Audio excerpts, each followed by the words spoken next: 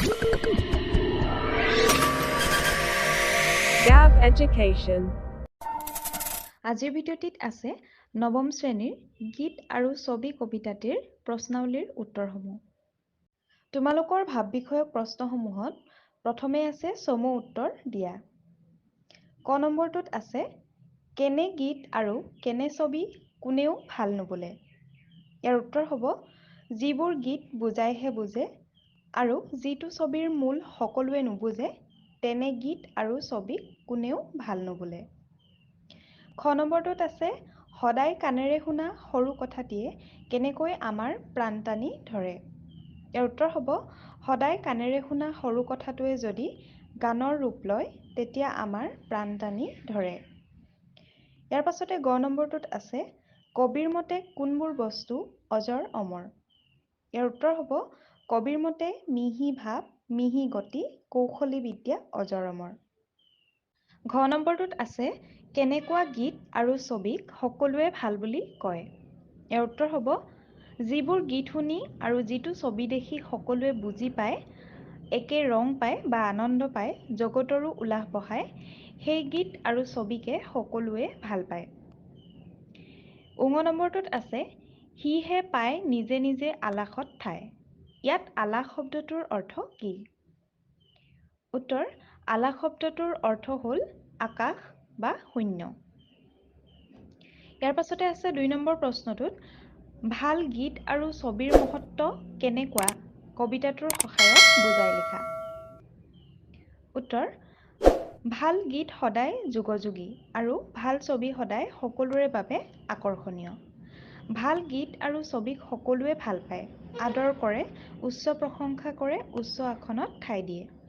কাৰণ গীত নজনা মানুহেও ভাল গীত এটি শুনিলে প্ৰাণ টানি ধৰে অশান্ত হৃদয় জোৰ পেলায়।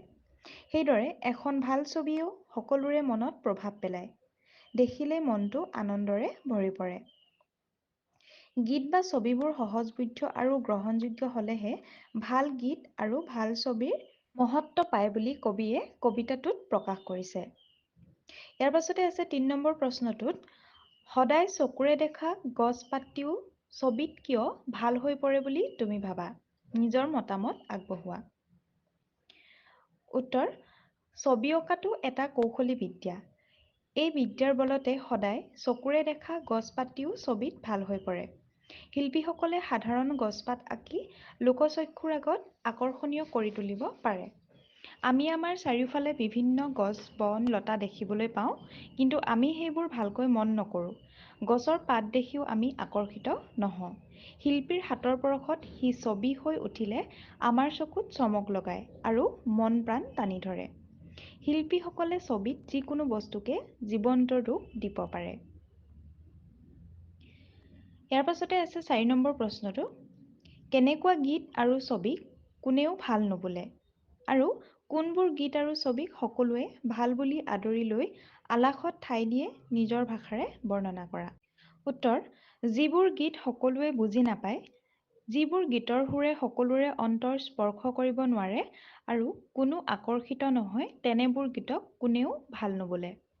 তাৰোপৰি যিবোৰ ছবিৰ মহত্ব সকলোৱে উপলব্ধি কৰিব নোৱাৰে অন্তৰত আনন্দ অনুভৱ কৰা নাযায় তেনেবোৰ ছবিক কোনেও ভাল বুলি নকয়।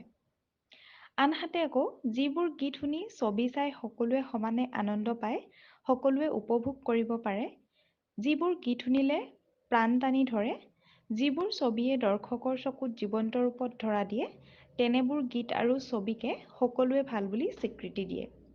অৰ্থাৎ ভাল গীত আৰু ছবিৰ মৰণ নাই। ইয়াৰ পাছতে আছে ৫ নম্বৰ প্ৰশ্নটো গীত আৰু ছবি কবিতাটোৰ সাৰাংশ লিখা। উত্তৰ গীত আৰু ছবি কবিতাটোৰ জৰিয়তে কবিয়ে প্ৰকৃত গীত আৰু ছবিৰ মহত্বৰ কথা কলাত্মক ৰূপত তুলি দিছে। কবিয়ে কৈছে যে যিবোৰ গীত শুনিলে বুজাইহে বুজে সকলোৱে নুবুজে সকলোকে আনন্দ দিব নোৱাৰে সেইটো গীত কোনেও ভাল বুলি নকয়। আনহাতে যিবোৰ ছবিয়ে সকলোকে আকৰ্ষিত কৰিব নোৱাৰে তেনে ছবিকে কোনেও ভাল নেদেখে। যিবোৰ ছবি দেখি যিবোৰ গীত শুনি সকলোৱে আনন্দ পায় তেনে গীত আৰু ছবিক সকলোৱে আদৰি লয় উচ্চ প্ৰশংসা কৰে উচ্চ স্থানত স্থান দিয়ে। কাৰণ ভাল গীত নুবুজা হ'লেও তাৰ সুৰে হৃদয় জগাই তোলে। ছবিৰ বিষয়ে একো নাজানিলেও ভাল ছবি চকুত পৰিলেই মনত সোমাই পৰে। সদায় দেখি থকা গছপাতিও ছবিত মনোৰম জীৱন্ত হৈ পৰে আৰু সদায় শুনি থকা কথাটিও গীত হ'লে প্ৰাণ টানি ধৰে। ভাল গীত আৰু ভাল ছবিত মিহি ভাৱ, মিহি গতি আৰু কৌশলী বিদ্যা নিহিত হৈ থাকে। এইসমূহৰ মৃত্যু নাই, ইহঁত অজৰ অমৰ। ভাল গীত য'তেই গোৱা হয়, ভাল ছবি য'তেই প্ৰদৰ্শন কৰা হয়, তাতেই প্ৰশংসিত হয়। সেই প্ৰশংসা ঠাই আৰু পৰিৱেশ অনুসৰি কম বা বেছি হ'ব পাৰে। ইয়াৰ পাছতে আছে ৬ নম্বৰ প্ৰশ্নটোত ব্যাখ্যা কৰা। ক নম্বৰটোত আছে সদায় চকুৰে দেখা গছপাতিও ছবিটিত ভাল হৈ পৰে। সদায় কাণেৰে শুনা সৰু কথাটিও গীত হ'লে প্ৰাণ টানি ধৰে। উত্তৰ উদ্ধৃত কবিতা ফাঁকি আমাৰ পাঠ্যপুথিৰ কবি দুৰ্গেশ্বৰ শৰ্মাদেৱৰ দ্বাৰা ৰচিত গীত আৰু ছবি কবিতাটিৰ অন্তৰ্গত। কবিয়ে গীত আৰু ছবিৰ মহত্ব কবিতা ফাঁকিৰ জৰিয়তে প্ৰকাশ কৰিছে। ছবি অঁকাটো এটা কৌশলী বিদ্যা। এই বিদ্যাৰ বলতে সদায় চকুৰে দেখা গছপাতটিও ছবিত ভাল হৈ পৰে। শিল্পীসকলে সাধাৰণ গছপাত আঁকি লোকচক্ষুৰ আগত আকৰ্ষণীয় কৰি তুলিব পাৰে।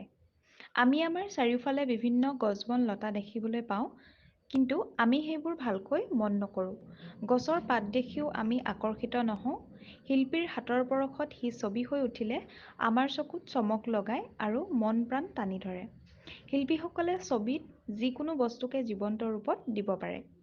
সাধাৰণ বস্তু এটাও ছবি হ'লে আকৰ্ষণীয় হৈ পৰে। সেইদৰে গীতৰ সুৰেও সকলোৰে প্ৰাণত আনন্দৰ জোৱাৰ তোলে। সদায় শুনি থকা কথাও আমি বিশেষ ৰস নাপালেও যেতিয়া সেই কথাখিনিকে গায়ক গায়িকাই সুন্দৰ সুৰত গীত হিচাপে গায়, তেতিয়া সিয়ে আমাৰ প্ৰাণ টানি ধৰে, অন্তৰ জগাই তোলে। ইয়াৰ পাছতে খ নম্বৰটোত দিছে মিহি ভাৱ, মিহি গতি, কৌশলী বিদ্যাৰ নাই মৃত্যু অজৰ অমৰ। য'তে পৰে ততে গজে বিভিন্ন আকাৰ, ঠাই বুজি দীঘল ডাঙৰ। উত্তৰ উদ্ধৃত কবিতা ফাঁকি আমাৰ পাঠ্যপুথিৰ কবি দুৰ্গেশ্বৰ শৰ্মাদেৱৰ দ্বাৰা ৰচিত গীত আৰু ছবি কবিতাটিৰ পৰা লোৱা হৈছে। ভাল গীত আৰু ভাল ছবিৰ আদৰ আৰু স্থায়িত্ব সম্পৰ্কে কবিতা ফাঁকিত কবিয়ে ক'ব বিচাৰিছে। কবিৰ মতে কলা সদায় সৌন্দৰ্যময় আৰু মানৱ মনৰ সূক্ষ্মতম অনুভৱ অনুভূতিৰ প্ৰকাশ। সেয়ে কলাৰ লগত মিহি ভাৱ আৰু মিহি গতি জড়িত হৈ থাকে, যিয়ে ব্যক্তি তথা স্থান নিৰ্বিশেষে সকলোকে মোহিত কৰে। এনে গীত আৰু ছবিৰ কেতিয়াও মৃত্যু নহয়, সদায় অজৰ অমৰ হৈ মানুহৰ মন আৰু বুকুত চিৰস্থায়ী হৈ ৰৈ যায়। এনে গীত আৰু ছবিয়ে সকলো ঠাইতে সকলো সমাজতে আদৰ পায়, প্ৰশংসিত হয়। ঠাই আৰু সমাজ অনুসাৰে হয়তো এই আদৰ আৰু প্ৰশংসা কম বেছিও হ'ব পাৰে। ইয়াৰ পাছতে আছে তোমালোকৰ ভাষা বিষয়ক প্ৰশ্নসমূহ। ৭ নম্বৰতে আছে সমাৰ্থক শব্দ লিখা। কি কি দিছে? জগত, উলাহ, চকু, সৰু, ভাল, কাণ। এতিয়া আমি উত্তৰত লিখিম। জগতৰ সমাৰ্থক শব্দ হ'ব বিশ্ব, উলাহ আনন্দ, চক্ষু বা নয়ন, সৰু সূক্ষ্ম, ভাল শুভ। ইয়াৰ পাছতে ৮ নম্বৰত দিছে বাক্য ৰচনা কৰা। কি কি দিছে চাওঁ আহা। কৌশলী বিদ্যা, অজৰ অমৰ, আলাসত ঠাই আৰু ডাঙৰ দীঘল। উত্তৰ কৌশলী বিদ্যা। শিল্পকলা এটা কৌশলী বিদ্যা। নেক্সটটোত আছে অজৰ অমৰ। ভাল কামৰ মৰণ নাই, অজৰ অমৰ হৈ থাকে। আলাসত ঠাই। ভাল কৰ্মৰাজিক জনসাধাৰণে সদায় আলাসত ঠাই দিয়ে। ডাঙৰ দীঘল। শংকৰদেৱক বুঢ়ীমাক খেৰসুঁতীয়ে ডাঙৰ দীঘল কৰিছিল। একেবাৰে শেষত আছে তোমালোকৰ ৯ নম্বৰ প্ৰশ্নটো বিপৰীতাৰ্থক শব্দ লিখা। কি কি দিছে শব্দবিলাক? মিহি, প্ৰাণ, মৃত্যু, মূল, ক্ষুদ্ৰ। এতিয়া আমি উত্তৰত লিখিম। মিহি, মিহিৰ বিপৰীত শব্দ খহটা।